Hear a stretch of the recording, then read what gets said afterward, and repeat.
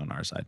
People keep saying, like, why aren't you on dating apps? And then I hear these fucking things from you, and I'm like, I don't know. Do I want to be more depressed and lonely than I am currently?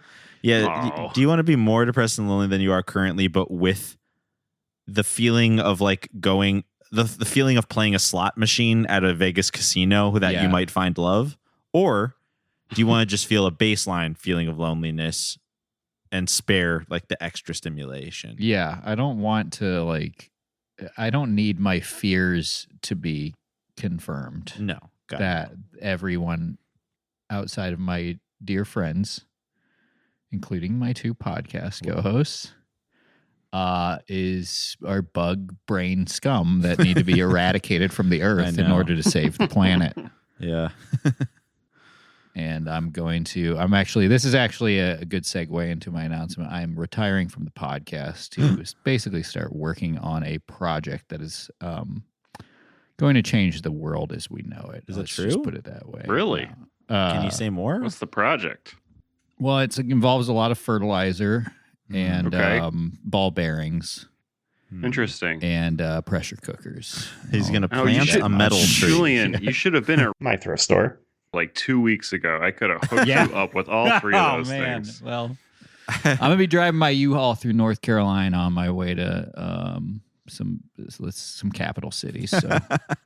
I love the idea that like there's a guy who wants to be like Timothy McVeigh, but his bitch wife donates all his supplies to my thrift store. So there's like all this fertilizer and ball bearings. Yeah. That's happening to so many like QAnon people. Yeah.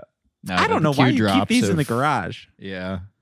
Now that the Q drops are like the pyramids are about to flip upside down. Nail your phone to your table. Uh-huh. They're like, I guess we don't need these explosives anymore. Yeah. No, I'm not retiring from the podcast. I'm here to stay. Can't get rid of me. You are going to do domestic terrorism, but you are going to do it while you are a member of this podcast. Good. Kidding. Just kidding. I'm paranoid about AI. I feel like we're not that far away from just it being AI scrubbing AI policing everything. Yeah. And then we'll just be on like... It's so bad, though. Already on a fucking list. What am I talking I feel about? like that bubble's going to burst fast. Well, I don't know. I don't fucking know. It'll get integrated for the annoying things like censorship, but for it'll burst in other ways.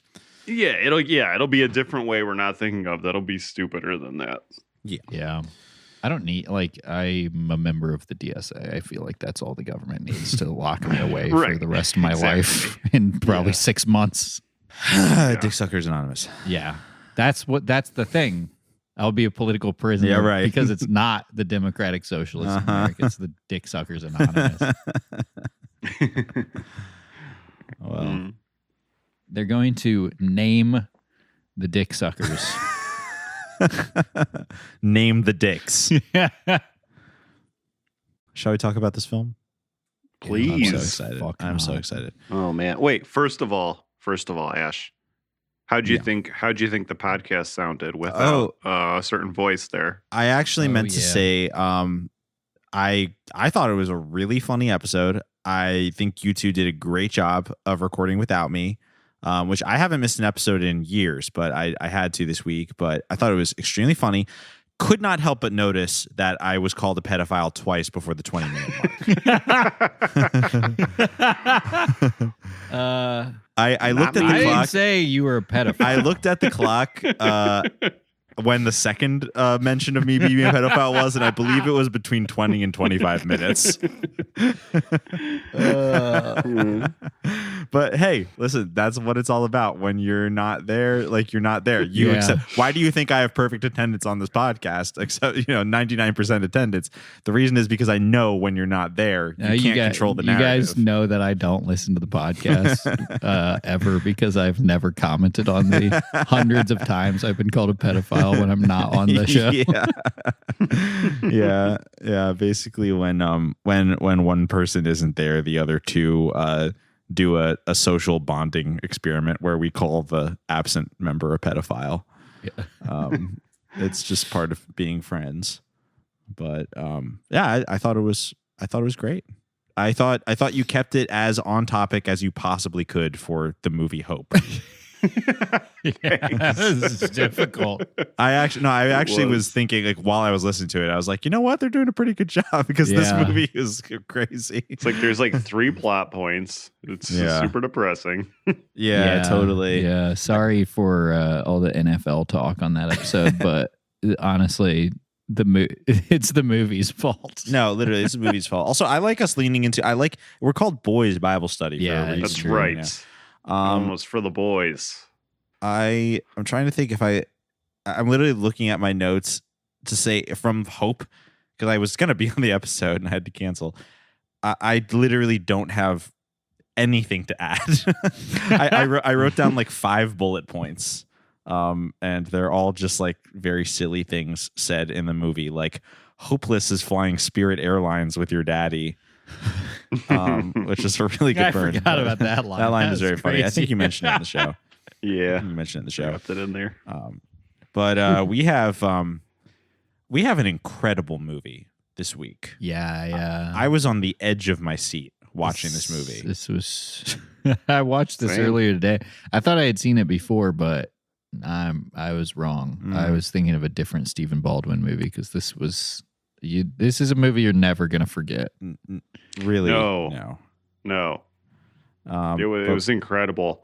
And on the Stephen Baldwin tip, I realized midway through the movie that the last time we watched Stephen Baldwin in a movie, he was a leader at a prison. Yep. Oh, that's right. And yeah, 6. that wasn't that long movie ago. 6. Yeah, like a little over a month ago. That was was with him in prison. Yeah. He just looks like the type of guy who needs to be locked up. Yeah. He looks like the type of guy who belongs behind bars. And is respected by the yes, other in a respected inmates. way. In a respected way. He does need to be separated from the rest of society, but when he's there, he's cream of the crop. It's crazy that his brother was the one who almost went to prison in real life. Oh. Yeah, never. If you would have had to pick a Baldwin to be locked up, only one Baldwin has a confirmed kill. Yeah. That's true. It's not Stephen. Well, before we get too deep into it, Yeah. let's welcome everyone back to Boys Bible Study. Welcome back. Can you possibly forgive us for all the evil we've done? I'm Ash, here with my co-hosts, Scott and Julian. On this week's episode, a movie that has been on our personal lists, I think, for a while. Was this also a listener suggestion, or am I thinking of a different movie that we have planned? Friend of the pod, Dylan Koslowski, aka Teen Sports News 2.0, was talking about it, about how good it was fairly recently, so that kind of brought it back into the purview. I love Mr. Koslowski. He's always posting things on Instagram stories that I'm like, wow, our minds are linked. Yeah, I am glad he reminded us of this. This movie is incredible. Yeah. I was watching it last night thinking like this is a top 20 for me personally. Of the show or in real life? Of the show. Movies. Of the show. I've explained that concept to people too, where it's like, we've watched so many at this point that like I'm just like, wow, this is amazing. But I'm of course only thinking of it in context of our show. Sure, yeah. But when you're watching something like this after Hope, it's like a breath of fresh air. Yeah. Like you're just like, oh, thank God. It reminds you why we got into this Truly. Business in the first place. Truly. This movie is called Loving the Bad Man. I just realized I was so invested in the film, I actually didn't look up anything about its production. Me neither. There's not much out there. Péter Engart, director. Yeah, and he's directed one other movie, I noticed. Holy shit. He has a crazy success level, if that's the case. He Aftermath producer, Penance Lane director. Penance Lane. Is that like Mercy Streets? Oh, John Schneider's in that one. Oh. In Penance Lane? Yes, he plays a character called Father John. Interesting. I was looking at Letterboxd, and that movie is not on here. That's cool. Penance Lane. It says he directed it. I think he directed it under a different name, I think. Oh. Maybe that's why it's not coming up. According to IMDb. Oh, no. I'm sorry. He just has under an the accent name over Alan his name. Smithy. Oh. He just has an accent over his name. He's credited as a producer on a 2014 film called Aftermath. Yeah. That one has Edward Furlong in it. Whoa. I want to see that. Second Christian movie that we've seen him in. Yeah. When we watch this. Also Aftermath has William Baldwin. Okay. Like the least known of the Baldwin brothers. Like, I don't think we've ever watched a movie with William Baldwin. Wait. Didn't we? No, isn't there a Danny Baldwin? Yeah, there's 4 Baldwins. Daniel Baldwin, yeah. We've done a movie with Daniel Baldwin. That was so the least that's what I'm thinking one. of. Yeah, that was the Christmas one. The one where it's like Christmas in a small town. I can't remember the name of the movie. And he's now. like a business guy that comes back to the small town to like. And he sounds exactly like Alec. Like if you close your eyes, you just think it's Alec because he's kind of doing the Alec like 30 Rock character. Okay, yeah, I was wrong. I thought Billy Baldwin was in The Sopranos, but you're right. Billy Baldwin is the least known of the Baldwin brothers. I don't think I've ever seen him in anything. Whoa, he really does look exactly like him. That's freaky. Well, Péter Engart, I think, is a really competent director. Yeah. I was pretty honestly impressed by how far people went in this movie. Like, yes, this movie like immersed me. Yeah. Like, I felt that the performances were very real and enthusiastic. Yeah. So, especially the main character, Julie or Julia Thompson. Was that her last name, Thompson? Anyway, Julie. Her name's Julia. Her family calls her Julie. She and her dad in the movie were fantastic. Yeah. Like all of the domestic drama stuff was incredible. I was like riveted and really startled when they would like cut away to like prison stuff. Mm-hmm. But she was great. She did it. I thought she did like a go for broke performance. I felt like her role took somebody who actually understood that line of thinking from like a evangelical or more conservative Christian background, where it's like, would you forgive somebody no matter what? Because that's what you're supposed to do. Mm-hmm. Yeah, I thought she was. So, what does that look like? Completely agree. I thought she was really serious in the role. I mean, everybody, even the guy who played Mike Connor, the convict who is like the center of the movie. Like, I thought he was a believable character. You know, like he didn't have a huge amount of range, but like he rose. Like I thought his character's reactions to the situations he was in seemed pretty realistic to me. Yeah. Honestly, the least immersive part of the movie was every time Stephen Baldwin was on screen. Covered in neo-Nazi tattoos. Not even like fake ones that you usually see. Like he doesn't have the word like hate written on him. It's like straight up like 88s and swastikas. Like and, above his lightning eyebrows bolts and stuff. Yeah. Iron Cross.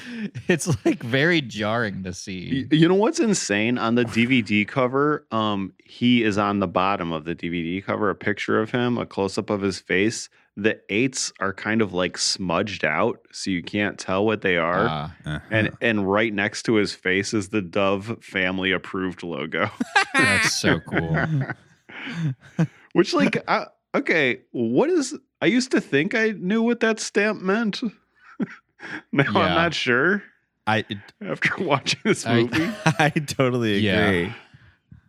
Because it's remarkable that this would be. I don't know. Dove. No, I think show this to your family. That is such a good point. I think this movie proves that Dove is just like a culture laundering like approval service. Like the whole point of Dove is to make sure that the film aligns with their political message. And if it does, then they make excuses for why it's family friendly. And if it doesn't in some way, they'll be like, Harry Potter, this 11-year-old was dressed sluttily or whatever. Like they'll make a completely arbitrary fucked up reason why a movie is bad. Right. Yeah. But this movie that's about like how it's okay to get raped. Yeah. It's like they're like, this one's good. You can show this to the kids. Like, get the popcorn. Yeah. Do not show this to your kids. Watch it first, please. I'm not kidding. This is for the teens and above, I would say. Yeah. In case you haven't figured it out, this movie and this podcast episode is going to be dealing with some very sensitive stuff. That's a good point. In probably a not very sensitive way due to the movie that we watched, dealing with it in probably the least sensitive way I've ever seen portrayed in film, let alone a movie that's claiming to be like morally right. I actually, to that point, I have a joke for later in the podcast that I'm going to try to naturally slip in there so it doesn't feel like I pre-planned it, and it's very offensive. Great. So this is going to be, this is definitely going to be one of our more R-rated episodes. Yeah. And, there's... And this should be an R-rated movie. It wouldn't take much to make it that. No, really not. Yeah. No, really not. But this movie, Loving the Bad Man, is, as Scott already said, a movie about forgiveness in all circumstances at all costs. Yeah. Yep. Let's get into it. So yes, this is a movie about Julie Thompson and family. She is like she and her slightly younger brother are both like young adults living at home with their parents. Julie is like 23. Her brother is supposed to be, I don't know, like 21 or something, 20. And they seem to live in the Orlando, Florida area. Yep. I just picked that up early in the film. I thought that was son is one of the top DJs in Orlando. Yeah, I thought that was very interesting.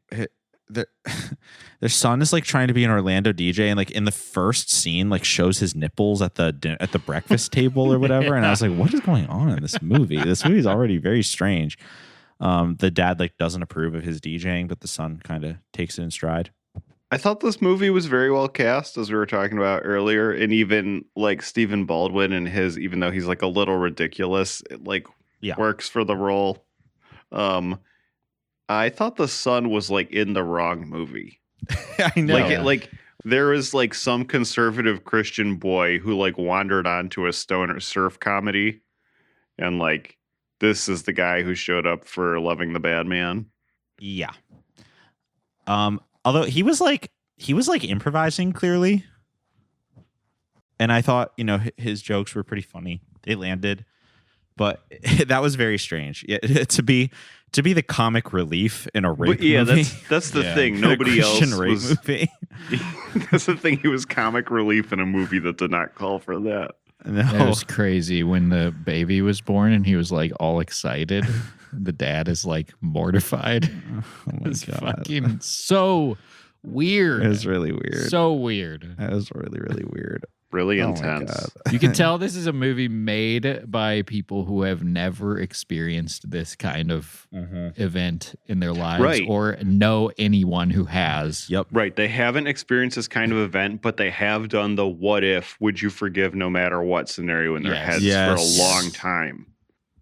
This was like, this movie was written like a Reddit response to a question asking like, what would you do? Yeah. And then someone typed up like a 5-paragraph fantasy of what they would do. And then that was this movie. Yeah. It is a fantasy, ultimately. 100%. It's so crazy. It's so crazy that whatever, we can get into it. But just let's get into it. The character who has the most difficult time dealing with this is the dad. Mm-hmm. Yeah.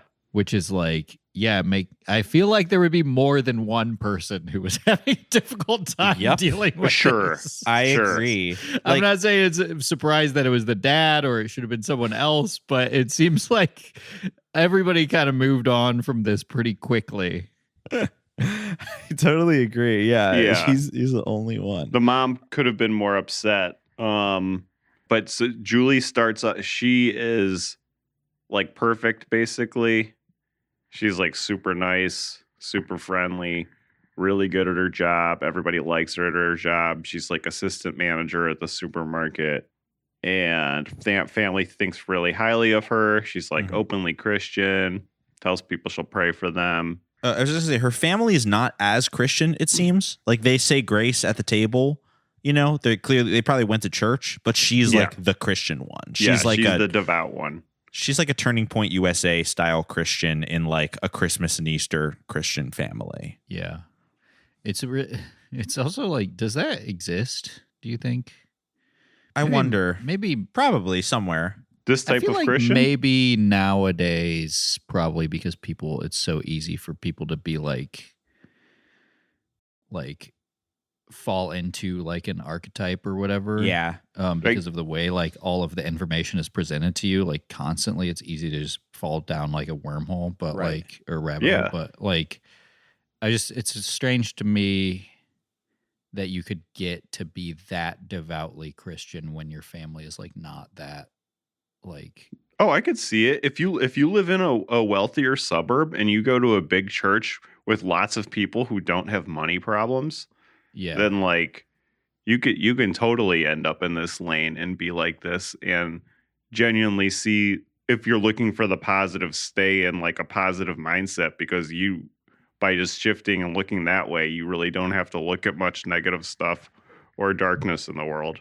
True, yeah. I guess it's more that I wouldn't believe that I would believe maybe the parents wouldn't take it as seriously, but I don't feel like they would be like, you know, I mean, it made sense for the dad in the movie for what later on happens, but it was kind of weird to me that he was like not on board with her like going to the camp and stuff, and like, yeah, I don't know. It seems like they would just be like, "Oh, I'm proud that our daughter is like taking her religion to the next level," considering we're all. I feel like nowadays, I mean, we bring them up all the time, but it's like the Braden Sorbo thing. It's like you as a young person get involved with an online community that reinforces values that you kind of want to have and then makes them cool. Because like Braden is like, his family they're both Republicans, like staunch Republicans, but he is like, women shouldn't vote. Yeah. You know, and it's like, where did you get that? I don't think your parents ever said that to you. So I feel like, but granted, this movie takes place in like 2010. It was kind of before the Discord revolution. Yeah. All this is all to say, I wouldn't be surprised if there are several families across America where they're like autistic 18-year-old son starts wearing suits and like going to like Latin mass, and you're like, where the fuck did he get this from? Yeah. But that's a different story. Yeah. I don't know. It just seems so pure coming from her, and it was strange to see like, I don't know. It's like, it's a trope we see in a lot of these movies where there is just a character who seems to have transcended all other like influences around them to just be like purely Christian for the sake of being like this in this movie, just like for the sake of this weird thought experiment to work out. There's a lot. There's literally no way it would work. It like starting off with that premise, like, okay, because they're making up a premise, of course. It's like this like hyper real scenario. So it's like, okay, so we have like a devout, smart Christian girl, devout, smart, pretty Christian girl who gives people the benefit of the doubt and like genuinely puts her heart in like the Christian way, as I was taught it, frankly, of like putting others first no matter what. And she gets to that point in a very extreme way later in the movie of saying that she doesn't matter, that her job is to like help other people love. I forget how she words it exactly. I'm just saying God's doing something in my heart. I don't want to help people because it makes me feel good about myself anymore. I want to give my life away. I want to love people because they need love. It's not about me anymore. So it's like, okay, so say somebody does do everything they're supposed to according to like the most positive version of the evangelical church, then what happens? And so I thought that was pretty interesting to like really stick to that and then like see what the fallout of that is. And it's like, like in the end, what does she save? I guess like the baby who her father at first is like, you're getting an abortion. And she's like, no, I'm not. It's not it's a baby. Mm-hmm. I'm not going to kill my baby. How are we even having this conversation? God would understand. That's why we need to take care of it, like your dad said. I know it would be really hard for all of you to understand, but I could never do that. What? What? Well, you don't mean to tell me you're gonna have it? It's not an it, Dad. It's a baby. No, it's not anything yet, honey. It's a reminder of a rapist. And that's why we need to take care of it right now. Julie, you got enough to deal with already emotionally or whatever. Joey, not you. We just are thinking what's best for you, honey. What's best for me? You're thinking of what's best for me? You're thinking that the best thing I should do is kill this baby? That's really stupid, So watch Mom. how you talk to your mother. Why? Because the neighbors might hear?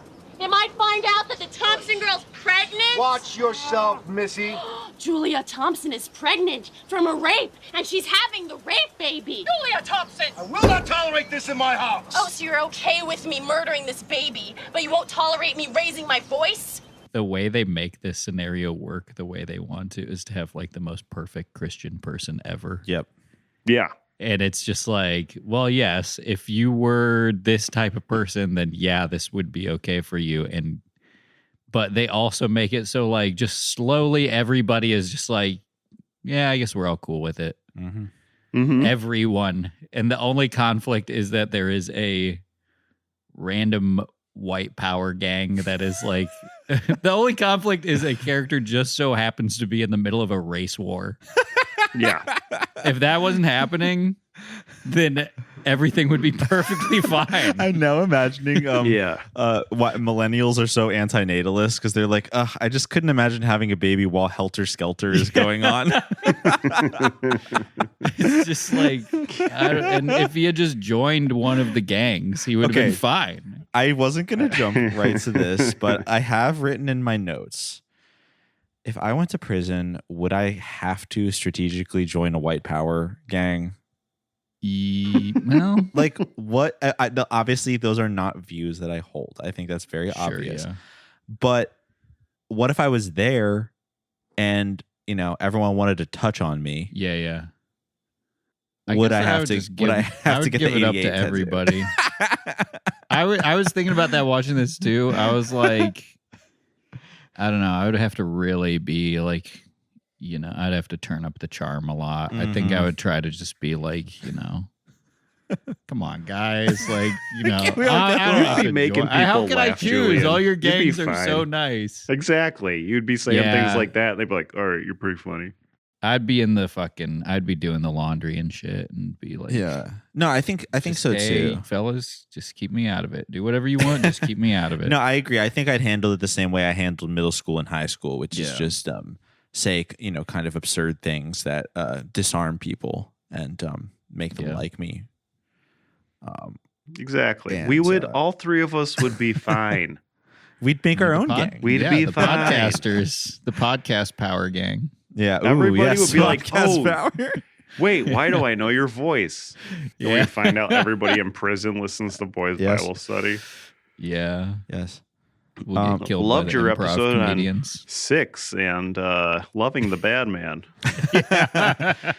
There was this the most recent story about Luigi Mangione that came out. It revealed that when he first started life in prison, he was buying Taylor Swift albums on the prison, like the iPad or whatever you use to buy things in prison. Mm-hmm. And then he made friends with his cellmate, and his cellmate put him onto Lil Durk. So he went from being a Taylor Swift fan to a Lil Durk fan. I thought that was very Okay. interesting. Yeah. That is A interesting. very interesting character development here. So, I all I'm trying to say is I think that there's, you can have fun in prison without joining a white power gang as an Italian, as a handsome Italian. I who think did no so. wrong. Yeah. I do think so. You don't have to jump to that right away.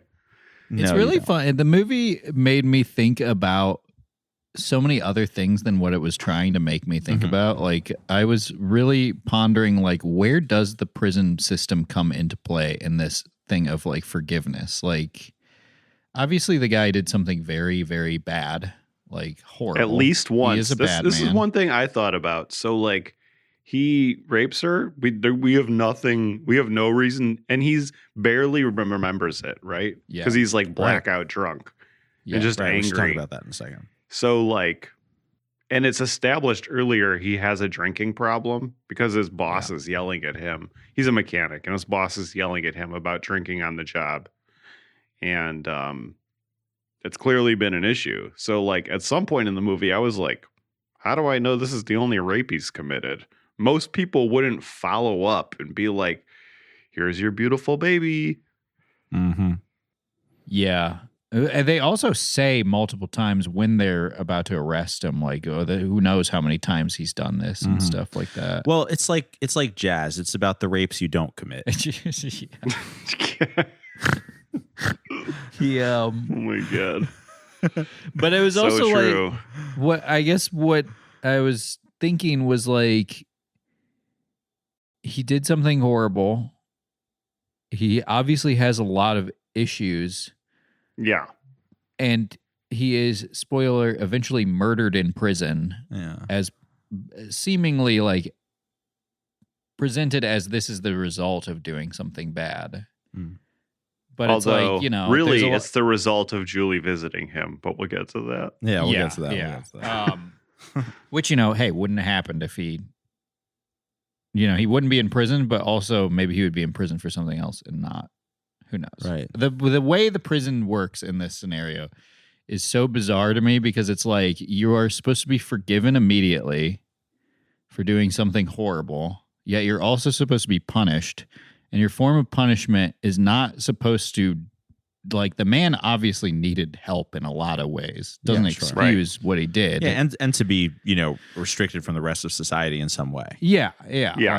Like, people don't just commit crimes because they're evil, but like that's not an excuse to like not punish somebody for doing something. Right. But also like the way the system is set up and is presented in this film is like you're basically just put in hell, and you're expected to like be like, oh geez, I'll never do that again. Like I'm just in hell now where fucking people are murdering each other and committing all the same crimes I did on the outside to each other. And this is supposed to make me be like, oh shit, I shouldn't have done that thing I did completely impulsively because I have so many fucking horrible fucked up things in my life going on. Well, that's also like Reddit prison because that's like, when somebody's mugshot goes up on Facebook and there's like 100 comments that are like, don't drop the soap now. And it's like, what are you talking about? Yeah, it's like, I don't know. It was just weird to be like, yeah, where does the fucking prison system come into play here? Because if you're trying to like say we need to forgive people who did bad things, like you also need to like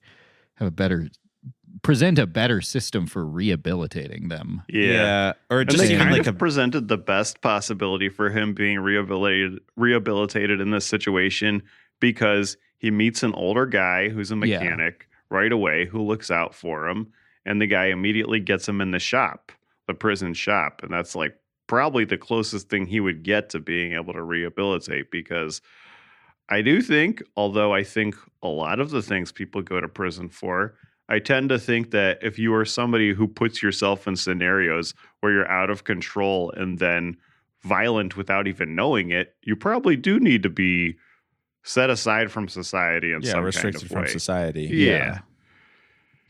Like nobody does something like this if it's not at least mental illness is not somewhat part of the equation or some sort of like chemical imbalance. I mean, I don't think there are people that just have like, regardless of their circumstances or like why they did something is like, I don't think that people are like evil, but like, obviously there are like, I just think that people act impulsively because of a lot of other factors and like think without consequence with a lot of other factors. And like the way the prison system is set up and is presented in this movie is like, you're just supposed to be like the thing that is supposed to keep you from killing and assaulting and doing all sorts of things is just to be like, well, I don't want to go to prison. Yeah. No other reason. Like, if you're a well-adjusted person who has means to get like treatment or whatever, you wouldn't even entertain the thought of like, gee, I should like get blackout drunk and fucking rape this person right now. Like, yeah, I don't know. There's other like moral prevention. Yeah, it's not to say like, you know, if you do that, you shouldn't be punished in some way. It's like an inexcusable thing, but it's like if you're really trying to like fix society's ills and forgive people for this stuff, then you shouldn't be just like be like, well, you did it, and we forgive you, but we're gonna throw you in the pit with the killer maniacs now, and hopefully you'll find a good one in here, and they won't also get murdered in there. Mm-hmm. Like, it's just such a bizarre fucking thing. I know. Let's just for the sake of the plot, take a step back and talk about like the incident that leads to everything. Yeah. It's just because I have another Diet Coke. Oh yeah, please help yourself. It's just that basically Julie is going to go to some sort of do-gooders convention. She's gonna like work with like criminal children or something. We don't really get into that, but that's her reasoning for, you know, why she's like out of town. Her dad doesn't want her to go because she needs her car tuned up. Well, yeah, that ends up being the problem. Her car breaks down by some sort of dive bar in, you know, just like along the highway in who knows where, Florida. And she goes in to answer the phone. I do want to point out to make a phone call. I do want to point out that the bar in the movie reminds me of a bar in Allentown that my friend works at called Comics. Oh, that place is crazy. My friend, shout out to my friend Sebastian who works there. And now they have like in Pennsylvania, they installed like gambling machines now in bars. So like, now there's like yet another like a vice elements to this place. Like when I go back, pull tabs. I've heard of that. I've never seen. No. I only heard of that because you told me about it. That must be an Indiana thing. Did you have those in Ohio, Scott? Or I don't think we did. North Carolina. It's like the little cards, and they're like kind of like it's like a analog slot machine or something. Like it's just cards with the little cool little like cartoon images, and you like pull the paper tabs off of them, and it like reveals. No. It's almost like a lottery ticket, but it's done really weird where it's like you buy them, and when you go into a bar that has them, they're just all over the floor. Because all you do is just buy this thing for $1 and then fucking, or 50 cents or whatever, and then you pull paper off of it. Right. You don't even have to be like, you don't, it's like 5 rows of trying to match 3 images, and there's no consequence to just pulling the whole thing off. Right. So it's just trash. Yeah, it's just trash. And then in like a week, the bar like tells you what the winning combination was, and then you like go back with your pull tab and like wow, that must be an Indiana thing. We definitely don't have that in Pennsylvania. It's so fun. It sounds fun. Cool. I think it's like an Indiana Michigan thing, like a weird way people figured out how to get around gambling laws. Mm-hmm. Kind of like a lose light a line in Long Beach, but you know, a different reason. It's like another like obscure gambling thing that you can do to sort of get around gambling laws. That's very it's cool. Yeah, I love that shit. Pull tabs. Here they are. But yeah, I like how Julie, she wanders into this bar just to use the phone. Hey, listen, girlie, it's just a bar. You know, I get that like you don't belong here, but like, well, I guess her instincts were right. Yeah. But it's very weird because Mike is in the bar, and you know, Mike thus far in the movie is actually kind of a sympathetic character. Like we get that he's, you know, down on his luck. He's been fired from his mechanic job, and he clearly has anger issues because he like beats up his boss, but his boss is also being very unfair to him. Yeah. Anyway, he finds out he's like blackout drunk already. He finds out that Julie needs help with her car. He goes out to help her. He does fix her tire. She offers him money, and this triggers like a crazy episode where he just goes ballistic and rapes her for no reason. Yeah. And he didn't even have a good reason. No. No, he's just having these flashbacks of his boss yelling at him, and then all of a sudden he's chasing after her in like a really intense scene. Yeah, it was really. He thought of his boss and he got so horny that he raped her. Makes you wonder what he wanted to do with his boss. I know. If that family Maybe wasn't he did. around. Yeah. We don't know. They cut away. It was kind of it was also shocking because despite what he did earlier in the movie, it never felt like he was, capable of doing something like that. Yeah, he seems kind of gentle almost. I guess there's an evil within all living things. Yeah. Despite what I said earlier when I said there is no evil in anyone. Yeah, now hold on a second. But no, it was just like, why? Yeah, like it was a tremendous step up from what he had done earlier, which was basically just beat up his asshole boss. Yeah, kind who of was righteously do something we've all fantasized about doing. Yeah, Right. yeah, and he seemed to feel a lot of remorse for doing that. And yeah, he seemed to use in a dark place. He's drinking at the bar, and he did not even want to help her. It was the bartender's idea. He was like, "This guy's a great mechanic." And he was like, "I'm not going to help you." Yeah, And then she's like, "Oh," and then he's like, "Go help her." Hey, doll. You all right? You need something? No, my tire popped across the street, and I called roadside, but they can't be here for another hour. And Yeah, it figures. The guy in the green shirt down there is a pretty good mechanic. His name's Mike. okay, thank you. Sure.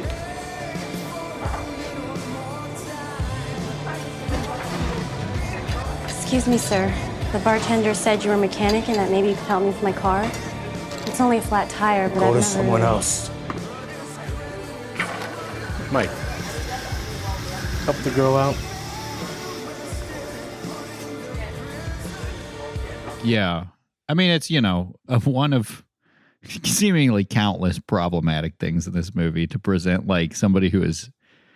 Where it's like, oh, well, if he did that, if he lost his temper at his boss who's constantly screaming at him and like cheating customers and accusing him of stealing tools, like then he's obviously capable of doing this. Right. And it's very like You know what? dismissive Though? of the fact that most rapes and sexual assaults do not happen in this way. Right. And Sure. which is why they're like so underreported. And Right. like people are Right. constantly in this situation where they're like, do I have to raise the child of, my abuser? Right. Like, because it's not as simply cut and dry or as extreme all the time. Not saying that this doesn't happen, but like, it's not always like a fucking complete maniac having that's like a not mental usually the health case, crisis. Right. It's not usually like a random Right. guy. It does happen, but it's very unlikely. Yeah. But I do think like the fact that, and of course everything is like hyperbolized here, right? It's exaggerated. But I do think it is more aware than most Christian movies that would dare to broach this topic, that they are making it about like a power and control thing rather than just like, oh, she shouldn't have worn that or whatever. Yeah. Yeah, I know. But still, it's just I actually really didn't expect this twist in the movie. Like when this was starting, I thought that maybe like they were gonna fall in love when they met, even though like he is clearly rough around the edges and she's a Christian girl. And then he fucking rapes her, and I was like, "What the fuck is this movie talking about?" Yeah, they crazy. She goes home, turns her life upside down. Yeah, I mean, her family is very sympathetic at first, but then sort when it's of. revealed, I mean, her dad's like, "You're gonna get an abortion, right?" And she's like, "Of course not." And they do not see eye to eye on that. Right? Yeah. Once she gets pregnant, then things really freak everybody out. Especially her father, as we kind of already mentioned. But yeah, one of my favorite scenes, honestly, quietly, one of the most insane scenes of the movie is soon after she gets raped and she's like in sort of the coping with it stage. She's lying awake at night and she's like really upset. And then, actually, you know what? Maybe this is after she has the baby. I kind of forgot.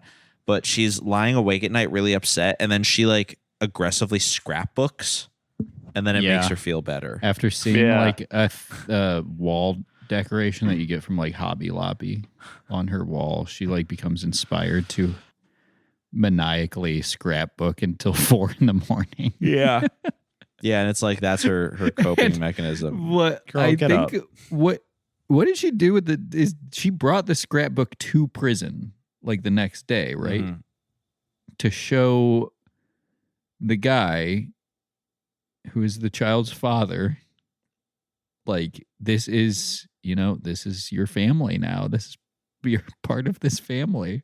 She goes to visit him right after the baby is born. Fucking crazy. Unbeknownst to him. And she brings the baby on the first day, the first time she goes to visit. Yeah. He's very upset by this. He's like, why? Like, why would you do this? What's wrong with you? Are you crazy? This movie's so demented that I actually felt sympathy for the guy at that point. I know. Because I was just like, I mean, inexcusable, but the movie was just so fucking wild that I was like, well, at least that's like a realistic reaction to this thing. Like, yeah. Yeah, I think for the scenarios that this movie set up, the reactions from the characters were very real, and that's what made this movie like have a lot of gravitas.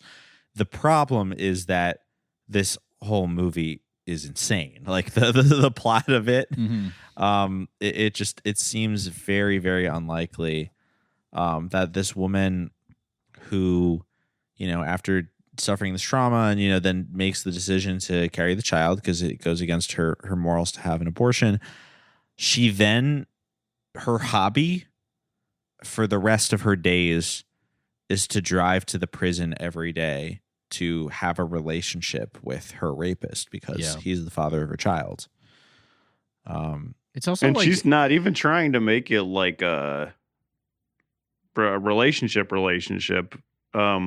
She's literally just trying to be like, you're the father and this is our baby. Yeah. And it's sort of a like even if they had been together, gotten pregnant, and then split up, and then she just went to show up at his work every day to be like, here's your baby. Like that would be ludicrous. Yeah, or even just the fact that if he was violent toward her and she was still insistent on there being like a relationship for the sake of the child or whatever. Like, even in parenting, co-parenting, like dysfunctional custody situations, like it's generally accepted that a man who is violent or unstable in some way, a violent drunk, a violent drunk with a history of like sexual assault is like not the type of person. Yeah, granted, they're visiting behind like a plexiglass wall, but it's like you are morally excused from trying to have this person be in their child's life. There's other role models you can find for a child. And especially when they're a baby. Like, right. And again, the fact that, if we're looking at this from a Christian perspective, she's already going above and beyond by raising this baby and the sanctity of life, blah, blah, blah. You don't have to bring your baby to the place where there is seemingly a race skirmish breaking out every time you visit. Like literally sirens going off when she's visiting, and she's like, "What's that?" And he's like, just some guys. Just a race skirmish." Yeah. God. The Latin kings are under siege right now. But yeah, this is in many ways sort of a meet cute between a woman and the man who raped her. Potential title for this movie: Must Rape Dogs. Was that the joke? God. Yes, it was. Thank you. That was good. Thank you. I tried to slip that one in naturally. It's so crazy that this is the Dove family seal of approval. I know. Like, you're supposed to, it's essentially saying, show this to your kids as a guide to how to live, because quite frankly, people are going to get raped. We can't do anything about that. Right. So it's up to you, young lady, to be the change you want to see in the world. And you're going to make this, here's how you need to deal with it. Yeah. It's like a weird instructional video of like, so you've been raped and impregnated. What's here's next? What to do. Here's what to do from a Christian Don't get angry. Forgive and kill them with kindness. Yeah. Visit them every day, and then eventually he will become attached to you and your baby through your sheer kindness and consistency, which he does not get much of in prison. And then when something goes up with the constant race skirmishes going on, he will be put into a situation where he has to either give up his own life or the life of you and his child when he knows that you're a great parent because you're so consistent and kind.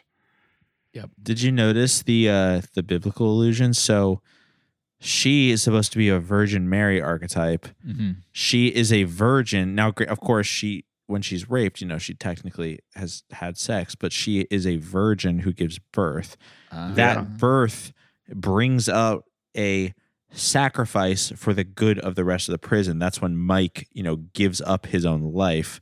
As he does it under the pretense that it's going to cause a truce. Between the white supremacists and the other gangs in prison. And fortunately, Stephen Baldwin is not just a neo-Nazi, but he's an honorable neo-Nazi. Yes. He would never go back on his word. That was so funny when he's about to kill the guy and he's like, I see what you do with your kid and I like it. That is like, so what? funny. I have a lot of respect for what you're doing. And out of that respect, I wanted your last thought to be a good one. First off, if you're trying to tell me that like the thing that a character is doing is right, maybe don't have the character with like swastikas all over his face be like, I like what you're doing. I know. Like, what is this fucking world? Right. What is the message of this movie? It was so like funny. Stephen Baldwin was like, you can put 88 all over me all you want, but I still, I have to have a little bit of like moral. I have to be like the wise one. That is such like a conservative Christian, like Turning Point USA court type of thing though, where it's like the reason Stephen Baldwin is good is because he talks in a like straightforward, measured fashion, calmly. Despite being covered head to toe in racist tattoos. It's almost as if they maybe agree with the Nazi philosophy on a certain level. I was going to say something like that. I was going to say that. Or maybe don't have as many problems. Well, they're not offended by it. They wouldn't condone it.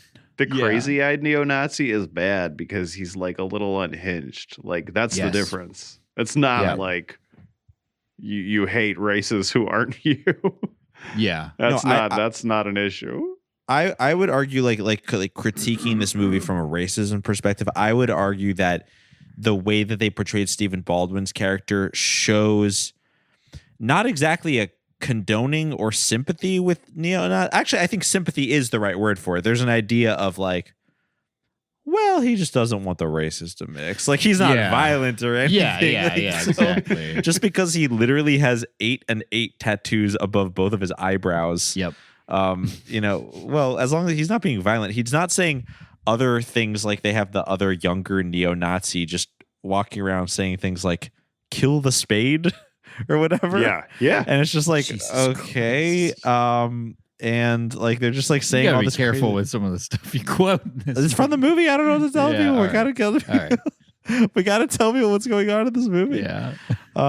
But this guy, he's speaking out. He sounded like an 1888 presidential debate. Yeah. And the other guy's like, well, the other neo-Nazi was like, well, let's hear him out. And we're like, you know what? That guy's pretty cool, actually. That's Stephen Baldwin. It is. Yeah. I just feel like the whole thing, the whole mindset behind this is like, nobody is disagreeing that, sexual assault is a truly heinous act. Of course. And that there are repercussions for it. And there are a lot of there's a lot of stuff that you have to reckon with in the aftermath.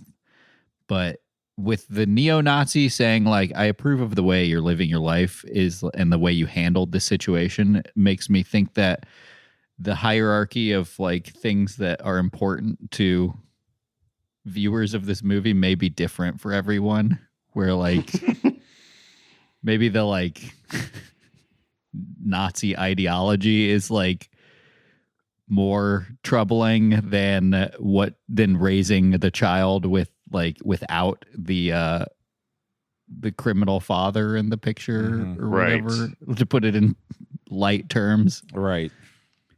Like, I don't know. It seems like the movie is trying to tell us like the most important thing above all else is like the life of this child, which is ultimately what leads the main character to make this decision. But like, I don't know. I feel like it's also pretty important to like not, you can let the races mingle. I think it's fine. I think it's pretty fun, actually. We're literally all one people, y'all. Yeah. No, I agree. I think one of the most exciting things about this movie, why I described it as like I was on the edge of my seat the whole time, is that it's like you're constantly watching it, wondering how the values stack up. Yes. In the kind of hierarchy of evil and values and forgiveness in this movie, because like the movie has a thesis that everything is forgivable.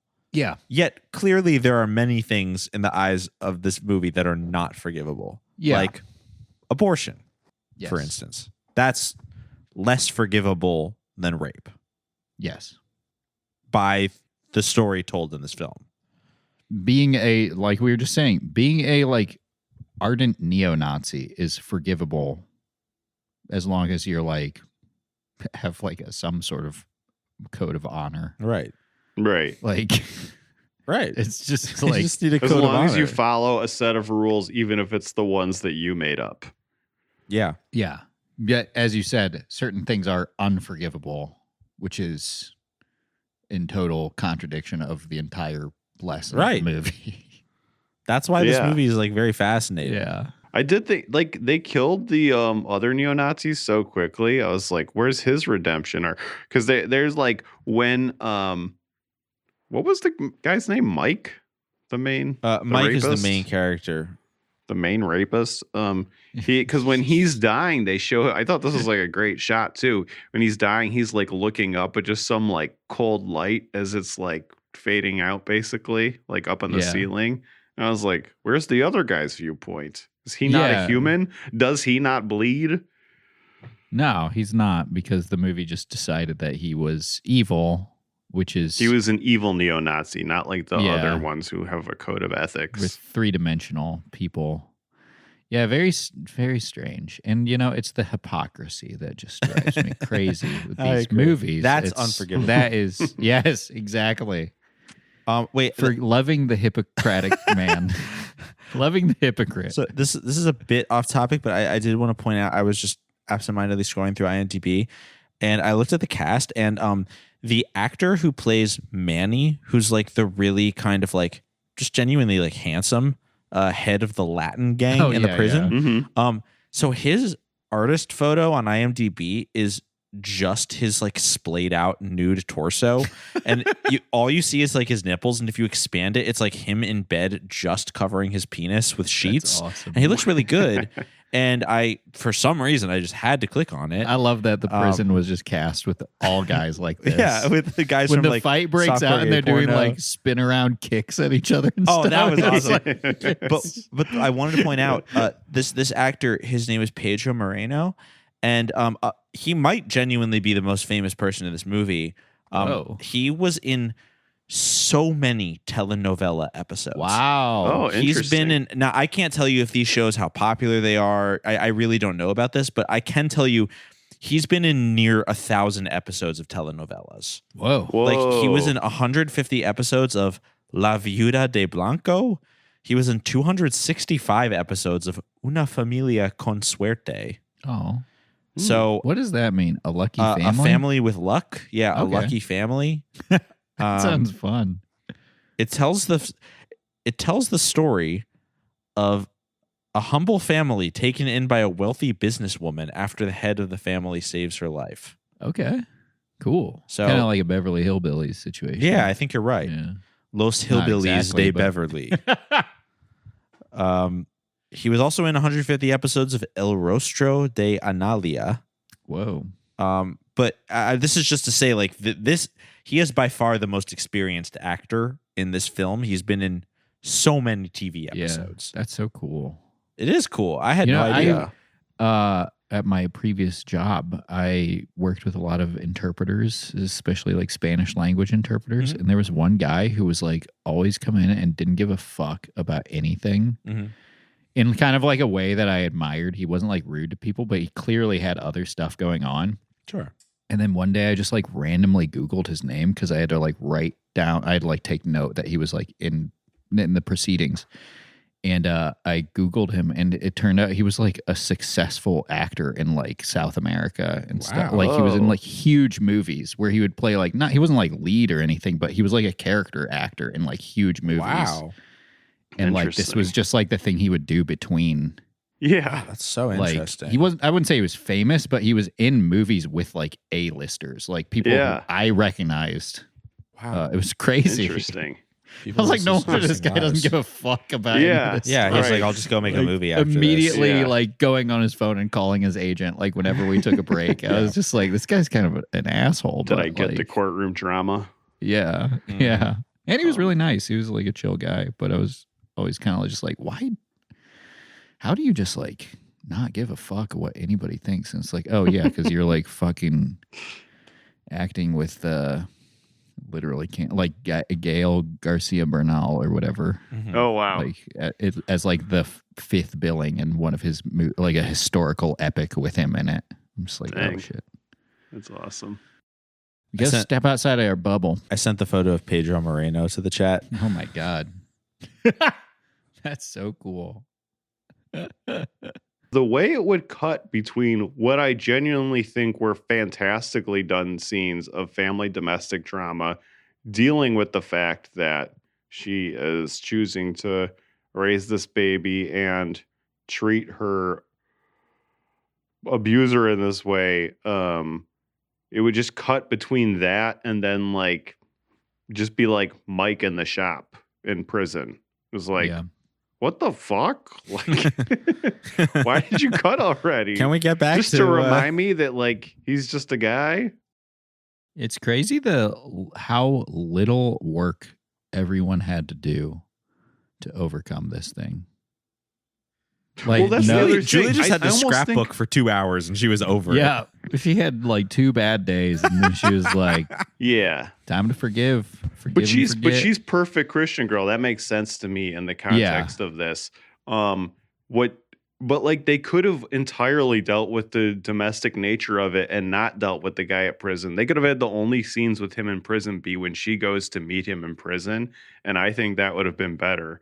Instead, we got like a like pretty standardly mediocre, typical like prison archetype type of redemption arc thing. Yeah. Where would we be in media if our prison wasn't like this? So much prison content. I don't know. It's like it sort of feels like we need it to be hell so that we have something to talk about. Well, our movies would just have to end with the Cat in the Hat was arrested for his crimes. Yeah. Or what have you.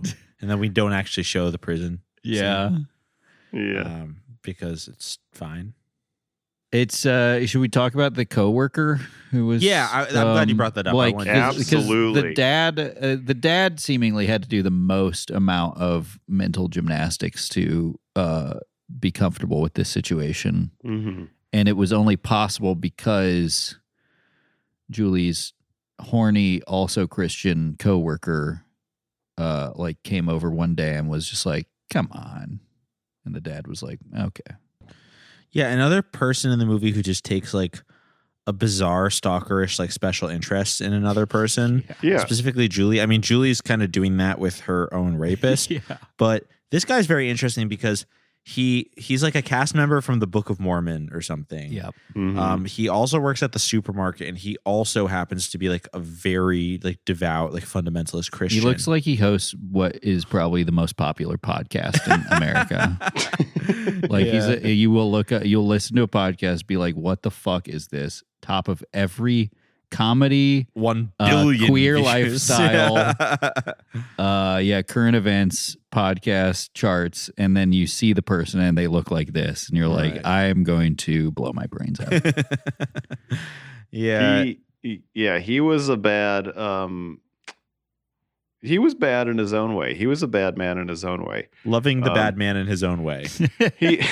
He is, first of all, a dipshit. The first scene we see him in, he is hitting on her while trying to microwave a baked potato wrapped in aluminum. I saw what you did for that kid. What kid? The kid that was stealing Pop-Tarts? Oh, yeah, that's a neighborhood kid. I bought those for him. Yeah. Well, that was a really nice thing you did for him. I was impressed.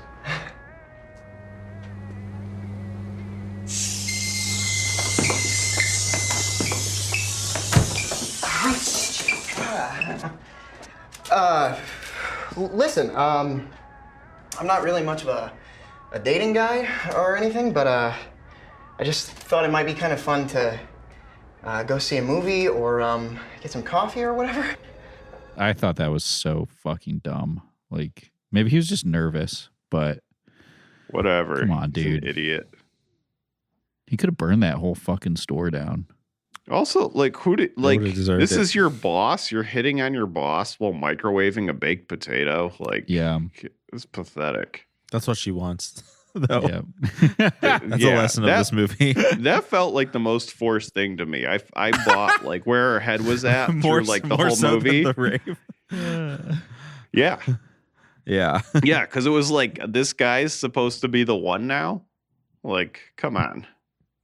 Like, I understood he was there for her and didn't even blink, not even like a jaw drop open or anything when she's like, what was the guy's name? Oh, I don't Dipshit remember. McGee. So when Dipshit McGee shows up to their backyard and she's like getting in an argument about and giving a really good rant about like, what the fuck's wrong with you, family? I'm keeping this baby. And then he shows up and then she's like, oh, hey, I've been out of work because I got raped and I'm pregnant. So are you coming back to work soon? No, Cole. I'm pregnant. I was raped. He like does not bat an eye. Yeah. He's just like, well, do you want to go do the thing with me? I'm doing go to a the missions sock thing. hop? Yeah. Also, everybody was totally fine with him just showing up at their house in the middle of the day unannounced. Have a brat. Yeah. We're What fine the with this fuck? going forward. Get Random outta dudes here. we don't recognize showing up and being like, hey, I'm here for Julie. Yeah. And a guy who had asked her out on a date and had been rejected and like expressed that he was like disappointed and then suddenly shows up at your house Yeah. randomly. Like, is that not? That's called Riz. Yeah. He's got Riz. I'll have And what he he's having. further shows that by saying he's going on a missions trip to help poor people build indigenous music venues. So, Cole, what are you doing with your life? Sir? Who are you? What are you going to do with your life? My dad wants me to take over his contracting business someday, and I'm all for it, but I'm hoping to do some missions work first. What sort of missions work? I'm working with this group that helps poor countries create venues for indigenous music. What was that? That was so cool. funny. That was cool. Yep. Yeah. And then I was like, eventually okay. the DJ, the stoner surfer DJ brother, goes to do that too. That's what he's going to do. He's going to go DJ at the indigenous music venues because Honestly, the DJs they have are like, it's not as good as what he can do. You know what I mean? Do you know what I mean? Yeah. He's about to bring that Orlando club sound to That's right. the Like fucking rainforest. What was the name of that Christian Sentinel rave Island. movie we watched this year? Face the Beat. Yeah. Yeah, Face the I Beat. will always remember that for some reason. Like, it's one of the more nonsense titles, but like that one really stuck in my head. Yeah. Well, that's the one we had Ricky on for, right? Yes, our DJ friend Ricky. To give us a DJ's perspective. Here's another Christian DJ movie. Who would have thought? Loving the Bad Man. I just didn't realize. You got to recommend it to Ricky. I will. Yes, I will. I'll tell them to check it out. No one should watch this movie. No one should watch this movie movie without unless fully knowing what it is about. Going that's into exactly. That's why I feel like we are doing sort of a public service here because, like, while I do think this is like a top 20 film for us and like is maybe one of the best films we've ever reviewed, it also like, I'm not even saying like trigger warning because like whatever. It's just so inappropriate. The whole movie's just so inappropriate. This would honestly, like, if you or someone you know has been through an experience like this, then it was quite possibly the most like repulsive, infuriating movie you could ever watch. That's a good point. I really wouldn't recommend this movie to a lot of people. It's really, really but we forgive them. Here's the thing: we forgive them. We forgive everyone who was involved in this movie. We forgive you, director Péter Engart. They were forgiven for their crimes. Yeah, we forgive you, Pedro Moreno, star of La Familia con Suerte or whatever. We forgive you for that. It's just a fucking psycho movie. Yeah, my Letterboxd review, I said great movie, and also said I can't recommend this. Is that true? Do not watch this. This is honestly would be more shocking than if like you showed somebody like fucking Cannibal Holocaust or something. Oh yeah, I said even as a fan of transgressive movies, you may be disgusted. I said in the review.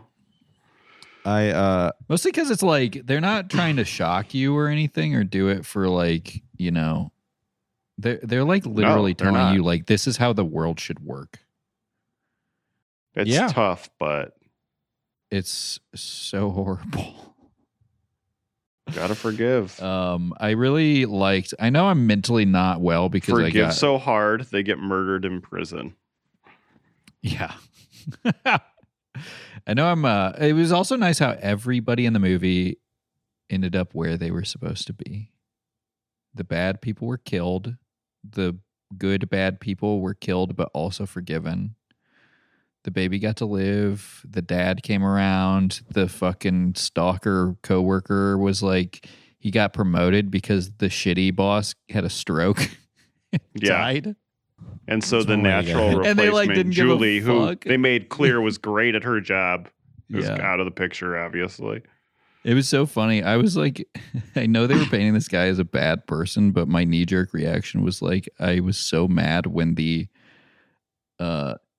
evil manager yelled at the kid for stealing, and then he was like, this store isn't a charity. It exists to like this. The point of this store is to make money, like talking about the grocery store. And I know he was a bad character, but I was also like, it's so fucked up that you would work at a grocery store and be like, the point of this place is not to provide a service to the community. It's to make money. Mm-hmm. Yeah.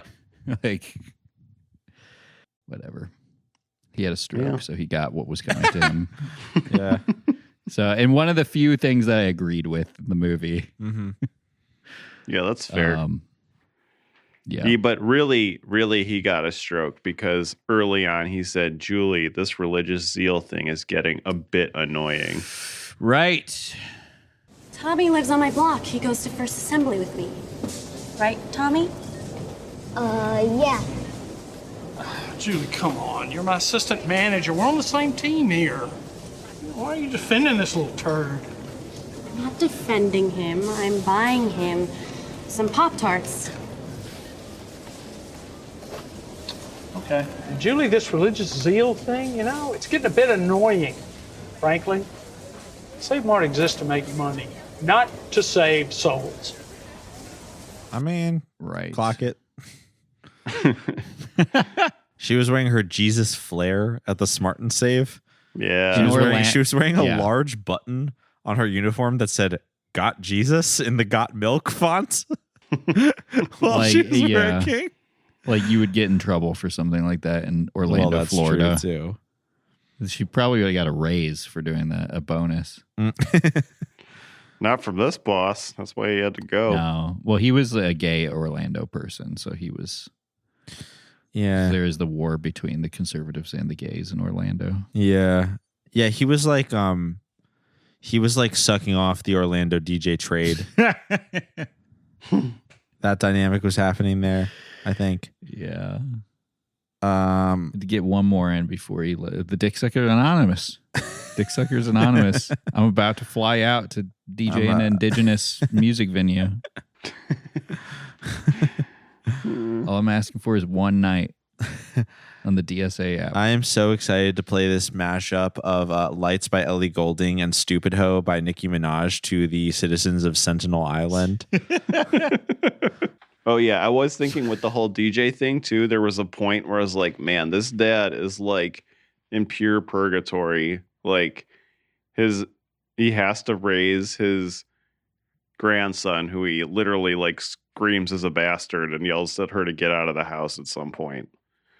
That's crazy. And then he has a son who's a freaking DJ. Yeah, this is the movie that dares to ask the question: DJ son or thought daughter? Mm-hmm. I feel like I would go with DJ son after watching this movie. Yeah. It seems a lot less complicated. Yeah, well, you know how they say. It's the old classic dad joke, you know. Your DJ son can't get pregnant, even if his pussy is working overtime. He can't get M pregnant. Have to get a boy-bortion. It just doesn't happen like that. They kick you in the balls really hard. Well, you're gonna get kicked in the balls really hard, right? No, I'm gonna raise this child as my own. And so, at some point when she's visiting the prison, well after the time the dad is That's ranting, what. Okay, this is what shortly pro-lifers after actually that the dad is ranting about how he had to. First of all, he says, "I built this house with my bare hands," and then he says, "I took a second mortgage out on this house for that bastard." And I was like, "Which one is it? Did you build it, or do you have a mortgage and then took out a second mortgage? Make up your mind." But then shortly after, she's back at the prison after having to move out of the house suddenly, and she's being super positive with her violator and says, "I want to give myself away. I don't want to live for me anymore. I want to give my love away." Which is like, I thought that was pretty Give it away, upsetting. give it away, give it away now. Yeah, exactly. like at that point, I was like, this is the most worried for you I've been all movie for her. Yep. Yeah. You have no boundaries or sense of self. I really hate to say it. Yeah. Because I think God wants you to have a sense of self. I don't know. Maybe that's wrong. I guess all the movies we've watched, that's actually not the lesson I'm supposed to take. Yeah. From but then again, the movies we watch, I don't know if that is a really good barometer of what God wants. So I'm very confused. I've only become more confused the longer we've done the show, really. Yeah. I mean, it's like God has a very strange way of telling you that God gave us the self. Yeah. And then was like, here's a bunch of bad stuff to. Then she was like, I regret giving you that. So here's a bunch of evil stuff. Yeah, here's a bunch of evil stuff to make you return the self to me. Yeah. It's just very strange. Like the idea seems to be like Earth is basically a torture planet where God was just like, I'm going to make you live so you can experience pain and suffering. So you can be like, I can't wait to be dead. You know, I can't wait to be dead and be back in heaven. Maybe we were all in heaven and we are like fallen angels and this is our punishment and trying to make us like, maybe there's a time before we were alive on earth and we were like, our spirits were like, I want to go there. And God was like, do not go there. That's where my garden is. Yeah. Well, honestly, you saying that reminded me that the point in the movie where Mike, the convict, when he reads the Bible, he has a moment where he reads a verse where he was like, basically like, you can be forgiven and you'll be in heaven. And he like looks up and he's like, in heaven. And he's like so excited. Mm-hmm. I am a Christian, but that part made me so sad. Yeah. Like when that happened, I was like, wow, this guy has given up on life on earth. Like the only thing he can think about is that one day he'll be dead. Yeah. Like that honestly made me sad. I mean, is that not the point of prison in this movie? Is that you're just supposed to be like well, this is hell on earth, but at least I have decided that I will end up in heaven at the end of this. Right. Yeah. Literally one day I'll be dead. Like, all he had to do was be like, I'm sorry. And then he's like, and read the Bible. And then he's just like, okay, there's no point in me being alive anymore. Yeah. I'll just give myself up as a sacrifice to the race war in prison. Yeah. Because like, who cares? Like, it's cheat code. It's just kind of crazy. It's kind of crazy that there aren't more. I mean, I guess the trick is that they have decided that suicide is a sin, even though like the whole point of living is to die. Well, that's why you have to find a race war to insert yourself in, so you can be like, well, kill me in order to promote Helter Skelter. It's just crazy to me that there aren't more like, mass examples of like, devout Christians just like walking into the street without like looking both ways. No, devout Christians will like see two people, like we'll see somebody at like the customer service desk at Target, like arguing with the employee, and we'll just walk up to them and be like, I have an idea. Why don't you guys just kill me? Yeah. You didn't hear it from me though. Right. But yeah, it was it'll make you feel better, just kill me. Very, very bleak movie. Oh yeah. Despite trying to have a heartwarming message. I don't know. It was really weird. It was weird to watch this and Monster at the same time, which was like this movie, but in reverse. Yeah. God, what an amazing movie. Yeah. That is an amazing movie. Completely the opposite of this movie and everything we watch on this podcast. Y'all, if you haven't watched Monster by the director whose last name is Koreeda, I can't remember his first name. Yeah. Man, that is a good movie. You seen that one, Scott? I don't think I have. Monster actually. by Koreeda. The one from 2003. 2020. Oh, the one from 2023. No. Yeah, no, it's definitely pretty recent. Didn't see this. Rook showed it to me the last time she was over. She was like, I have just watched this and I need to show it to you, and I watched it. I was so moved. I was like, wow, you can make a movie in 2023 that is like one of the most moving movies I've ever seen in my life. It was Tar vibes. This is in my watch list. Yeah, but I don't want to say anything because I was wholesome than Tar. I had a different expectation of where it was because I'd seen a trailer bafore.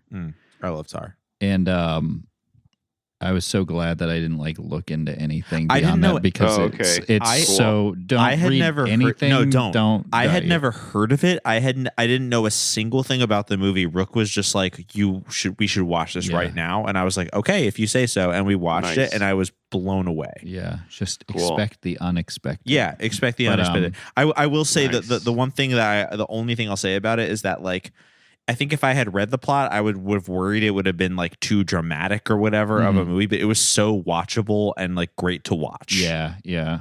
Like, awesome. So yeah, everybody should watch it, including our friend Scott. A thriller, to put it in the most generic terms. But definitely.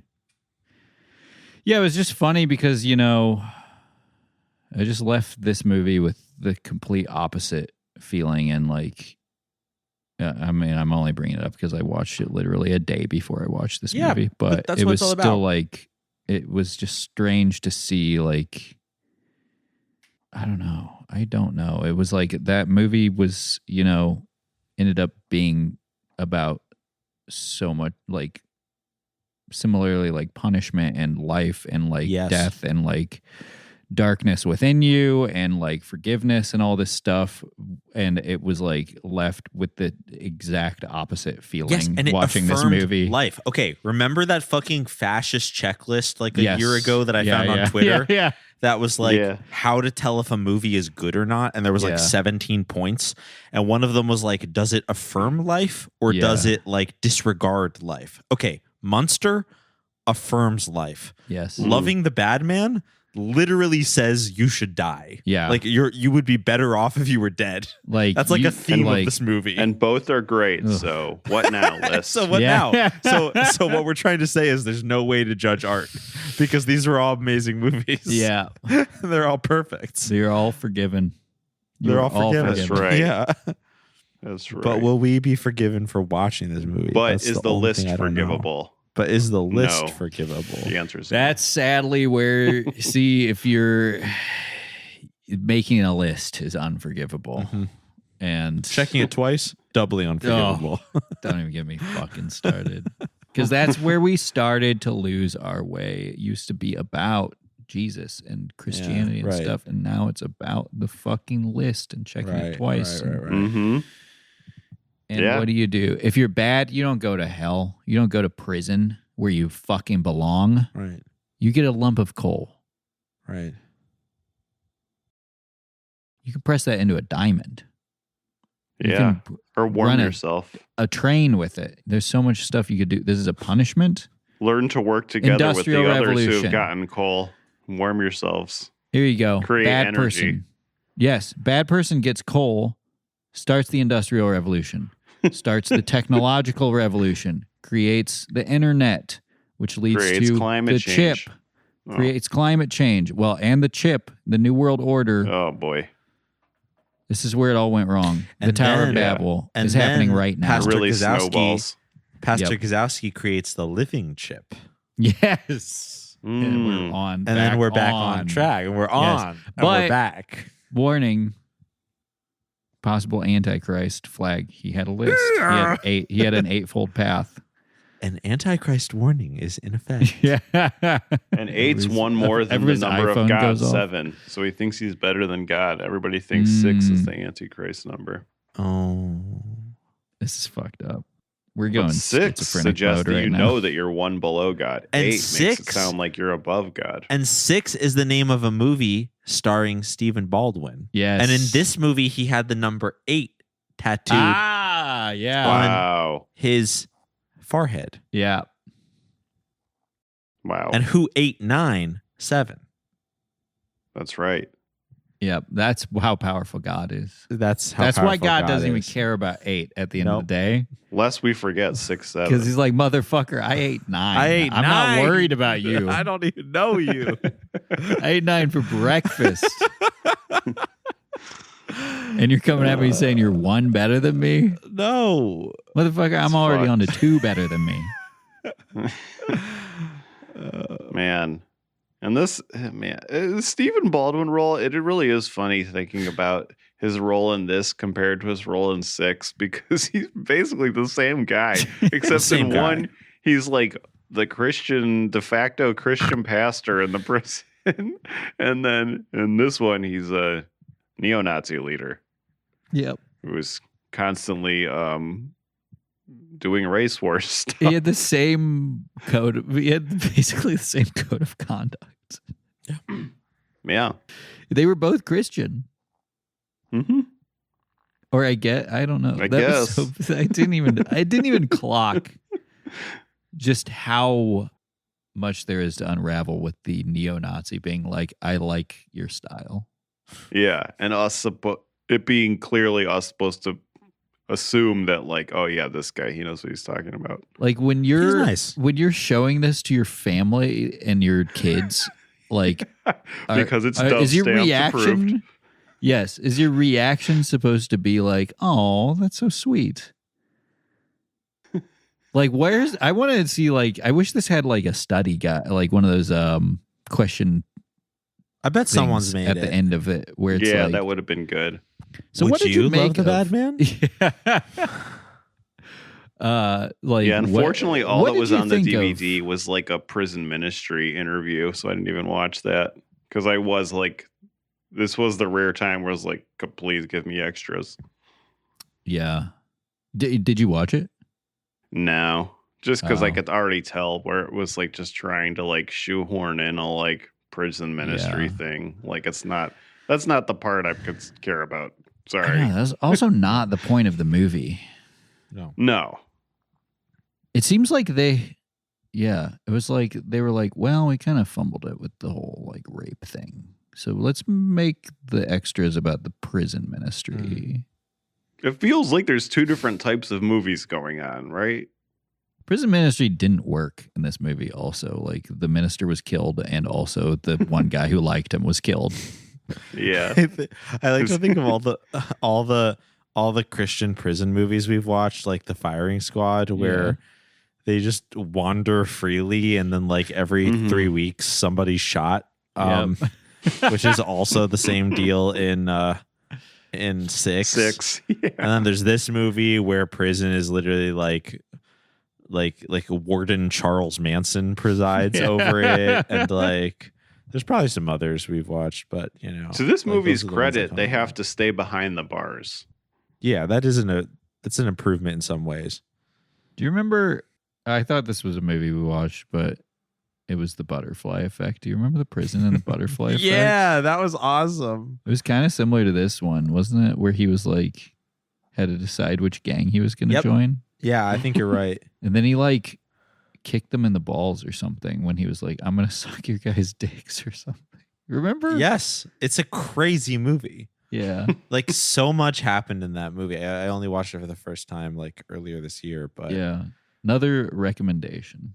Monster by Koreeda and Butterfly Effect. I think when we watched that, I think I just tweeted like a poster of the movie, and I was just like, "Have y'all seen this?" Like that was like all I could really say about this. I was just like, "Has anyone else like seen this movie?" Yeah, we got to find some more Christian versions of movies from that era. Yeah, I guess we have watched a ton. We've watched a ton. We got to watch more Christian movies on this podcast. Well, absolutely. I think we're in a good. We got good ones coming up too. I'm excited for everything else coming up. This has been a good year for watching. The fact that this is once again year six of us doing this, like that's crazy. Feel old yet? These are like this movie was. It really tingled my brain, you know. Very stimulating. Yeah, very stimulating. Let's review this film. Yes. Yeah. Let's review the damn film. How much did we love the Bad Man? Oh, man. I loving the Bad Man. I am loving the Bad Man. This was an excellent Christian fantasy handling of forgiveness with a protagonist who goes all in. I thought she was great in it. The actress who played Julie, I don't remember what her real life name is, but just the way she maneuvers around literally every male figure in her life being a dipshit of some sort who is making her life harder, and that not even being a factor, it rolls right off her, even her own baby. I mean, what a pain. She was going to be like regional director by the time she was 25 of like the grocery store chain. Just gave me a lot to think about, and I've never seen a movie quite like this. I've never seen something quite handled like this. I don't even know who you would really show it to. Like, I don't think Dove knows what they're talking about on this one. Sorry, guys at Dove. I really appreciate your work, but this is not for a family. And if you did show this to your family, you would regret watching it. You would not watch it again. And then for even your average transgressive movie fan, this might be too much for you. And that's not a dare. I'm very serious. So like, yes. I haven't seen anything else like this. So man, what's I'm going to give this 1 out of 1 aluminum foil wrapped baked potato in the microwave while you hit on your boss. That's a good review. Thank you. Your ass is getting fired. I forgive you. And I love you. Friendly fire. I forgive you. Yeah, I'm going to give this 2 turntables and a microphone out of 2 turntables and a microphone at the indigenous. That's right. At the Bad Man Memorial Amphitheater on Sentinel Island. This was this might have been back to back the movie with the least to talk about and the movie with the most to talk about in quite some time. Yep. For real. I mean, a lot of the joy of art is, in your opinion, if it's good or bad, or even sometimes objectively, if it's good or bad. As long as it stirs some kind of reaction, then, there's merit to it. And that's basically the only qualification this movie has. for existing. Yeah. Is that it'll give you something to talk about. I completely agree. About. Yeah. You will be pondering a lot of things watching this movie. I would really, really love to know what was going through the heads of the people who made this movie. But also, I'm scared of. I'm scared to look inside that darkness. This movie was like made well. Yeah, that's the crazy thing. Like it was like shot and acted and directed well. Mm-hmm. Well, I mean, it was a good movie. There are a lot of people who probably think that this movie has a good message. Sure, and went into it thinking we are going to change the world with this movie. Sure. Well, like Julie a lot of people says, also towards looking the end, for tax write-offs. She says it's easy to forgive when that's what everyone wants you to do.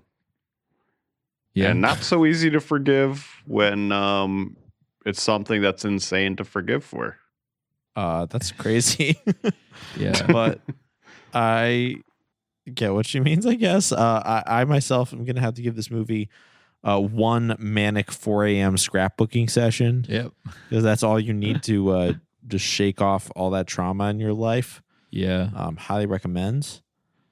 And I highly recommend this movie, except for I don't really, but like I do. Like if you think you're going to like this movie, you're going to love it.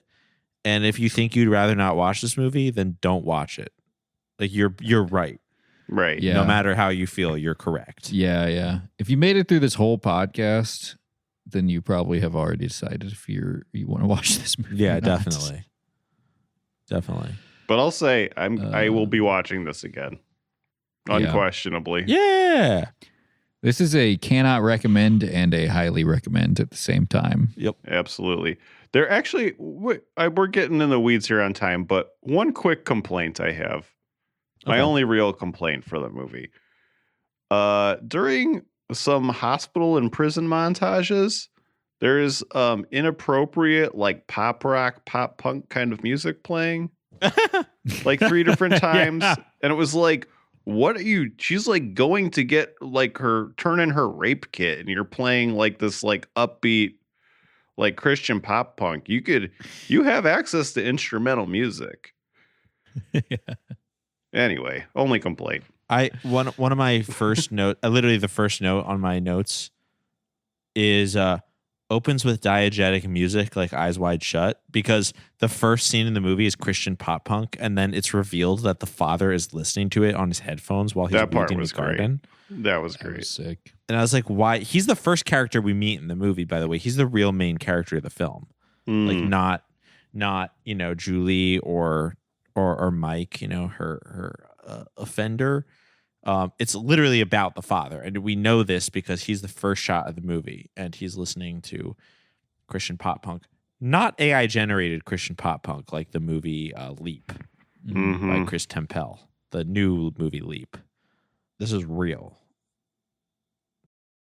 It was another time, 2010. It was a different time. It was when we could reasonably expect things to be real, and that is not true anymore.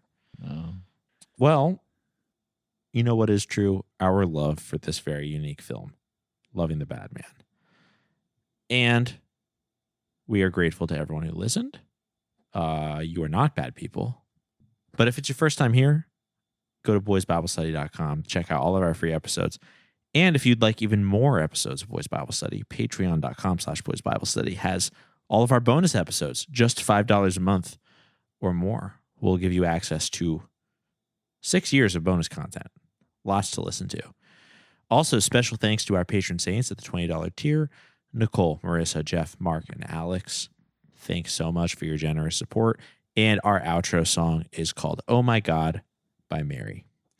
So from all of us here at Boys Bible Study, myself, Ash, my co-hosts, Scott and Julian, the Whites, the Latins, we would like to say, peace be with you. And also with you. I don't have one. Forgive me, Father, for I have sinned. I feel your love in me, it's coming from within. Oh my God, my devotion is so unwavering. Divine emotions when you enter me. Every day